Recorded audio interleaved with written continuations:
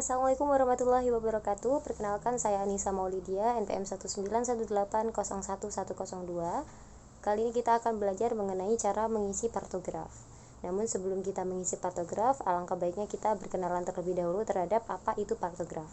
Jadi partograf adalah suatu lembar yang digunakan untuk mencatat hasil dari observasi prosesi persalinan, yang mana tujuan atau fungsi dari partograf itu sendiri diantaranya yakni yang pertama, mencatat hasil dari observasi suatu persalinan dan juga memantau kemajuan dari persalinan. Kemudian fungsi selanjutnya adalah menilai apakah suatu persalinan dapat dilaksanakan secara normal atau perlu diadakan rujukan. Kemudian selanjutnya fungsinya adalah untuk memantau kondisi ibu dan juga janin. Selanjutnya kita belajar untuk mengisi lembar partograf. Baik, berdasarkan dari skenario sebelumnya, ini adalah hasil dari partograf yang sudah kita buat. Oke, jadi sambil membaca dari skenario, kita lihat. Jadi di sini kita pertama-tama tulis dulu untuk identitas pasien, yakni Ibu Parti namanya, usia 27 tahun. Kemudian ke rumah sakit bersalin diantarkan oleh suami dan keluarga lainnya untuk mendapatkan asuhan persalinan normal. Kemudian untuk alamatnya adalah Jalan Bumi Manti di sini ya, Bumi Manti. Ke rumah sakit itu datang pada tanggal 9 Juni 2014 jam 09.00 dan menuturkan kepada Dokter Atika bahwa merasakan mules sejak jam 1 semalam ya. Jadi Dokter Atika adalah dokter yang menangani untuk Ibu Parti. Selanjutnya kita lihat lagi di skenario. Di sini setelah mengukur kondisi umum dari ibu, kita mulai ke pengukuran ataupun pemeriksaan pada bayi. Di sini berdasarkan data pada pukul 9, Dokter Atika membuat diagnosis primigravida. Kemudian di sini ada G1 P0 A0, akhirnya artinya adalah G untuk gravida atau kehamilan. Jadi ini adalah kehamilan pertama dari Ibu Parti.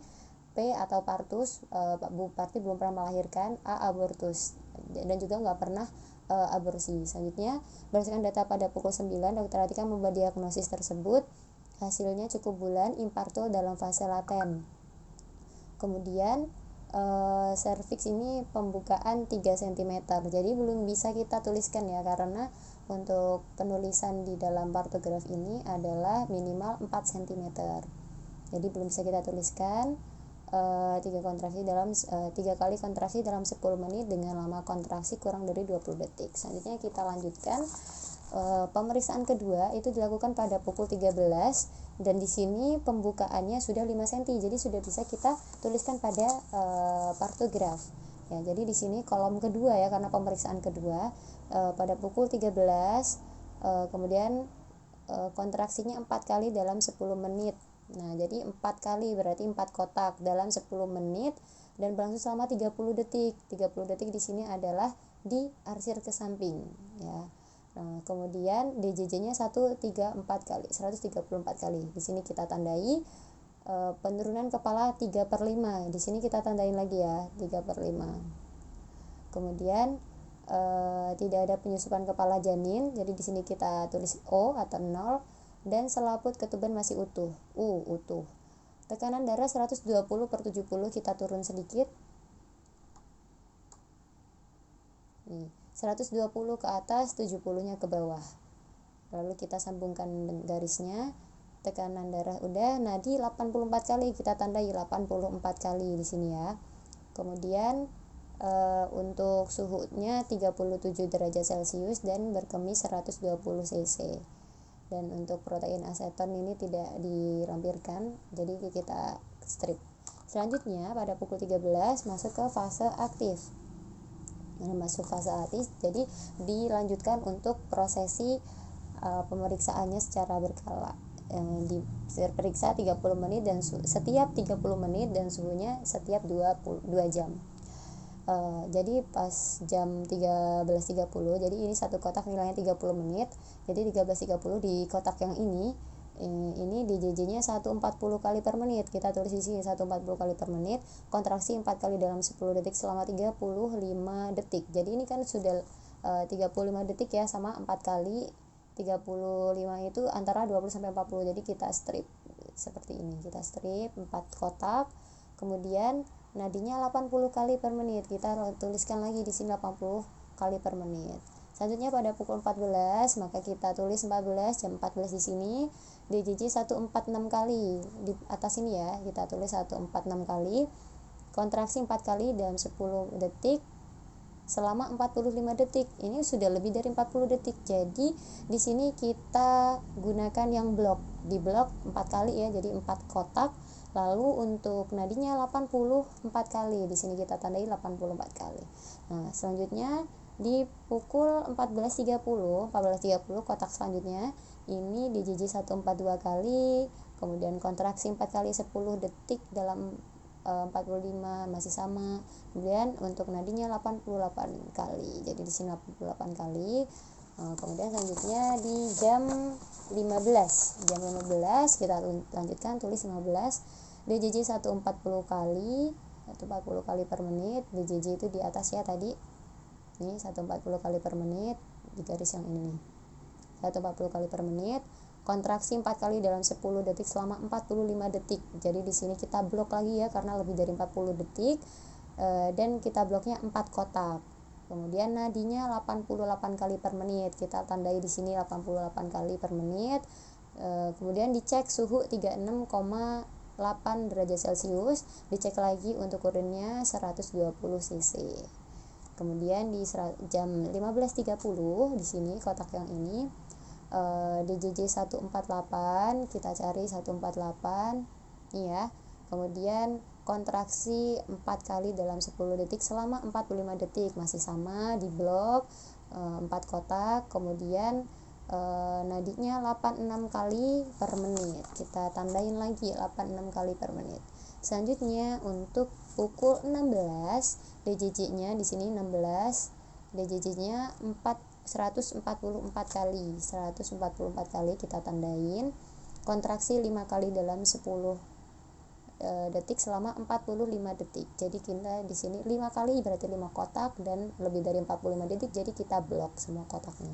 Nah, di 88 kali kita tandain lagi. Selanjutnya pukul 16.30 dilakukan pemeriksaan lagi dengan DJJ 144 kali per menit, 144 kali separuhnya di sini ya. Kemudian kontraksi 5 kali dalam 10 detik selama 45 detik. Ya, jadi kita blok lagi 5 kotak. Nadinya 90 kali per menit. Kita tulis di sini 90 kali per menit dan dilanjutkan urinnya 100 cc. Di sini 100. Nah, terus pada pukul 17 kita tulis 17. Buat Dokter Atika melakukan pemeriksaan abdomen dan periksa dalam lagi. Hasilnya DJJ 140 kali per menit. Ini ya, berarti 140 kali per menit. Kita luruskan. Kemudian 5 kali kontraksi dalam 10 menit selama 45 detik. Jadi di sini kita blok lagi. Kita blok 5 kotak karena dari 5 kotak 45 detik. Jadi kita blok. Penurunan kepala 1/5. Nah, kita tandain lagi 1/5. Dan di sini tadi kan ini penurunan kepala ya, 3/5. Jadi kita sambungkan garis. Kemudian tidak ada penyusupan kepala janin, tidak ada berarti 0. Selaput ketuban pecah. Nah, kemudian sebelum pemeriksaan dan cairan ketubannya jernih. Jadi tekanan darahnya diukur lagi 120/80.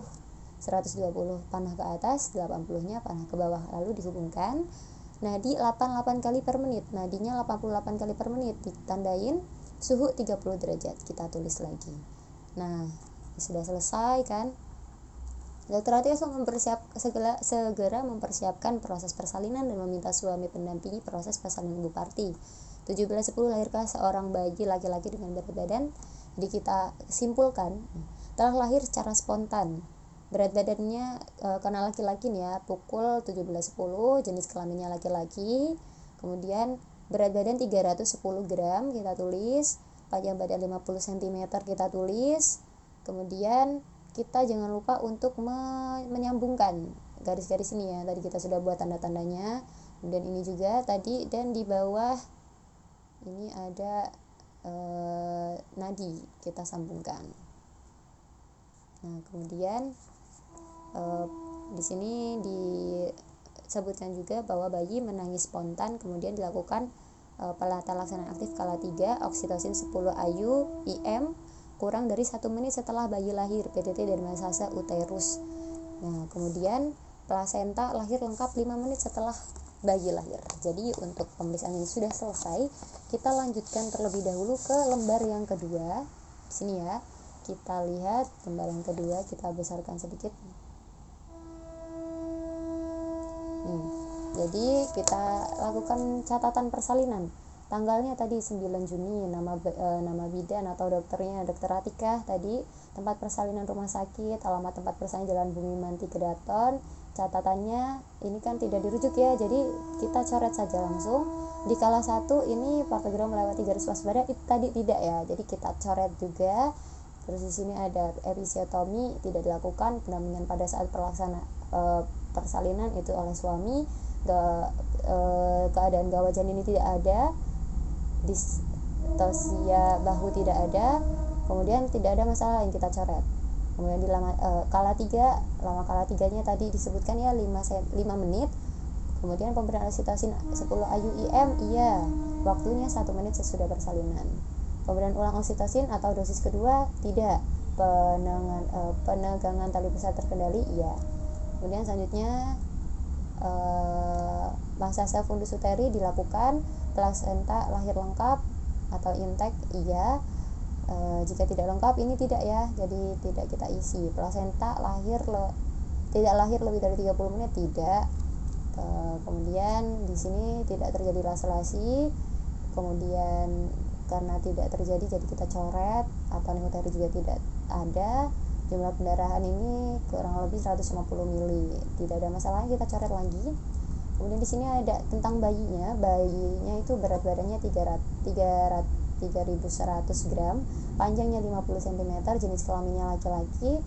Penilaian bayi baru lahirnya baik. Kemudian keadaan bayinya itu normal, lahirnya normal. Kemudian tidak ada ini ya, jadi tidak ada data. Kemudian kita lanjutkan asfiksia ringan pucat ini kita lakukan semua, jadi kita contreng, tidak ada catat bawaan. Kemudian kita coret. Kemudian ASI, ya waktunya disegerakan. Kemudian masalah lainnya tidak ada, jadi kita coret lagi. Nah, untuk mengisi pemantauan persalinan kala 4 ini kita berdasarkan skenario, itu sudah ada, jadi kita sambil baca skenario juga. Jadi selama 15 menit pertama kala 4 17.30 ya, jadi ini jam pertamanya dan ini jam kedua. Di 17.30 tekanan darah 120/80, kemudian nadi 78 kali per menit. Suhunya di sini tidak dituliskan. Tinggi fundus uteri 3 jari di bawah tari pusat atau umbilikal. Kemudian tonus uteriknya baik atau keras, kandung kemihnya kosong, perdarahannya dalam batas normal. Kita lanjutkan 17.45 seperti apa. Ini semuanya sudah ada di dalam skenario. Jam 18 juga, ini 120/70, 80 kali per menit untuk nadinya. Tinggi fundus uteri 3 jari di bawah umbilikal, kontraksi uterus keras, kandung kemihnya kosong, dan perdarahannya dalam batas normal. Di jam kedua ini dari 18.45 itu ditemukan bahwa untuk tekanan darahnya ini ada 110/70 mmHg, kemudian nadi 80 kali per menit, tinggi fundus uteri 2 jari di bawah umbilikal, kontraksi uterusnya keras, kandung kemihnya 300 cc, dan perdarahannya ada tapi sedikit. Kemudian di 19.15 diukur kembali, itu tekanan darahnya 110/70, nadinya 80 kali per menit, tinggi fundus uteri 2 jari di bawah dari umbilikal, kontraksi uterusnya keras, kandung kemih kosong, dan juga perdarahannya ada tapi sedikit. Dan tidak ada masalah di kala 4, jadi kita coret. Nah, itu tadi adalah penjelasan mengenai bagaimana cara kita untuk mengisi dari lembar partograf. Semoga bermanfaat. Wassalamualaikum warahmatullahi wabarakatuh.